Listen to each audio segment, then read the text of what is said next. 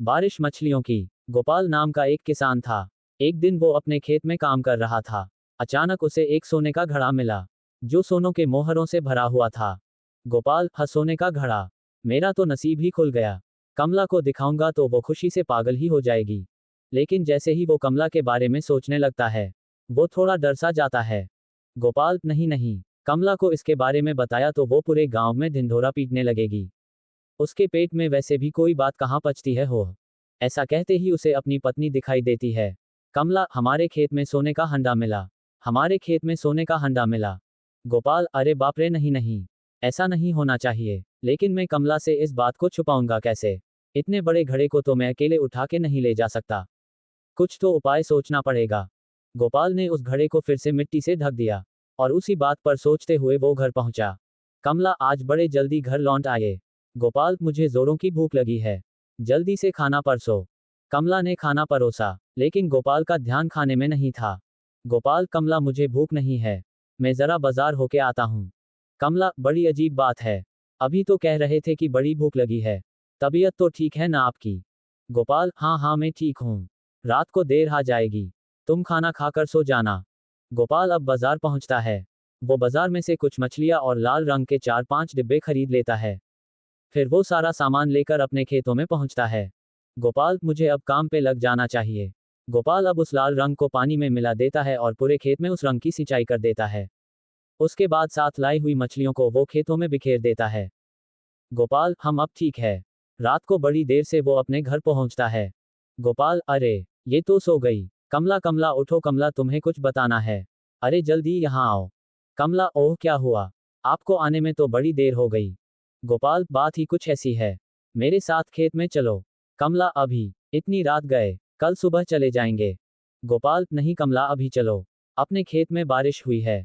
कमला, ये कैसे हो सकता है, यहाँ पर तो कोई बारिश नहीं हुई, आकाश भी साफ है। गोपाल, अरे पगली वही तो बात है, बारिश सिर्फ हमारे खेतों में हुई है, वो भी साधारण बारिश नहीं, मछलियों की बारिश। आसमान से ढेर सारी मछलियां अपने खेतों में बिखरी पड़ी है। कमला, मछलियों की बारिश, आपकी तबीयत तो ठीक है ना? गोपाल, मैं बिल्कुल ठीक हूँ कमला, अब चलो मेरे साथ। हाथ में लालटेन लिए अब दोनों खेत पहुंचे।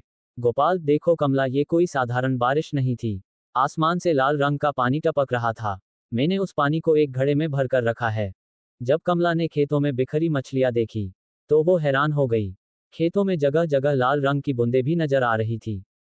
कमला, अरे हाँ, यहाँ पर ढेर सारी मछलियां बिखरी पड़ी है, ये सब कैसे हुआ? गोपाल, ये तो कोई चमत्कार ही लगता है, हम इस पानी से भरे घड़े को घर लेके जाते हैं, लेकिन ये बड़े राज की बात है, तुम ये किसी को नहीं बताना। कमला, मैं भला किसी को क्यों बताऊंगी? कमला की मदद से गोपाल वो सोने का मोहरों से भरा घड़ा घर ले आता है। दूसरे दिन सुबह कमला के उठने से पहले गोपाल ने वो घड़ा घर के आंगन में गाड़ के छुपा दिया। सुबह जब कमला उठी, वो गोपाल के पास आकर उस घड़े के बारे में पूछने लगी। कमला, जी सुनते हो, वो घड़ा आपने कहाँ पर रखा है? गोपाल, घड़ा कौन सा घड़ा? कमला, वही जो रात को हम अपने खेतों से लेकर आए थे। कमला की ये बात कुछ पड़ोसियों के कानों पे पड़ती है और वह कमला के आसपास जमा होकर उसे उस घड़े के बारे में पूछने लगते हैं। गोपाल, अरे नहीं नहीं, ऐसी कोई बात नहीं है, इसने कल रात की सपना देखा होगा। कमला, मुझे कोई सपना नहीं पड़ा था, आप झूठ क्यों बोल रहे हो? कल रात को हम खेत में से एक बड़ा सा घड़ा लेके आए। पड़ोसी, मेल, कल रात को? कमला, हाँ हाँ कल रात को, पता है कल रात को हमारे खेत में बड़ी तेज बारिश हुई थी। पड़ोसी, मेल, लेकिन कल रात को तो यहाँ पर कोई बारिश नहीं हुई। कमला, वही तो, बारिश सिर्फ हमारे खेतों में हुई थी, और वो भी कोई साधारण बारिश नहीं, आसमान से लाल रंग का पानी बरसा। और पता है ढेर सारी मछलियां भी आसमान से टपक कर हमारे खेतों में गिरी। वो घड़ा उसी लाल रंग के पानी से भरा हुआ था। कमला की ये बात सुनकर वह जमे सभी लोग हंसने लगे। पड़ोसी, मेल, हंसते हुए, मछलियों की बारिश ऐसे भी कभी कुछ हो सकता है भला? ये जरूर पागल हो गई है बहन, तुमने जरूर कोई सपना देखा होगा। चलो भाई, खाली पीली अपना समय बर्बाद हुआ, मछलियों की बारिश पागल कही की। कमला, अरे रुको जरा, सुनो तो, मैं सच कह रही हूँ, अरे रे सुनो तो, सच में मछलियों की बारिश हुई थी। अरे आप तो कुछ बोलिए ना। गोपाल, मैंने तो पहले ही कहा था, तुमने कोई सपना देखा होगा। अब जाने भी दो कमला, जल्दी से मुझे नाश्ता दे दो, खेतों में जाने में देरी हो रही है। कमला, हम क्या सच में मैंने कोई सपना देखा है? हम अपनी पत्नी को पुटपुटा हुए अंदर जाता देख गोपाल मन ही मन मुस्कुराता है।